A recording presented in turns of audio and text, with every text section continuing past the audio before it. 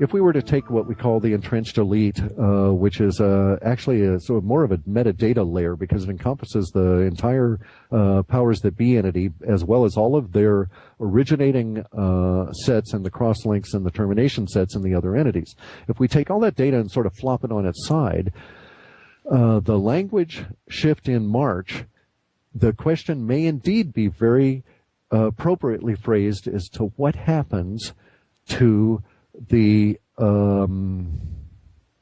mindset globally that produces building tension language.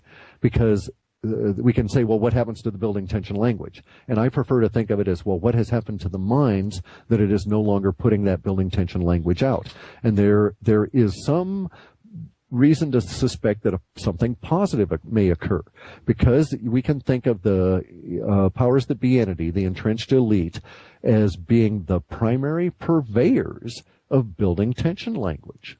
They're the ones that create the conditions in which building tension language exists. And they promote it through their media. And they're always attempting to shove us into building tension language. They don't like release language. The media uses it continually. And when we get a big release language episode, you'll see the media's in there harping on it as much as they can.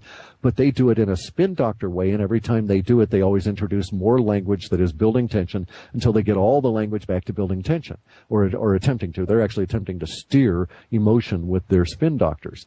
Now, one way to look at this is that they have an abysmal hard failure somehow, and we all go into release language as they are no longer attempting to control it, or no longer able to effectively push out building tension language. But I actually think that there's something grander going on at a much larger scale that prompts all of us as humans, even if that's the outcome, it prompts us to go and take the steps that lead to that outcome.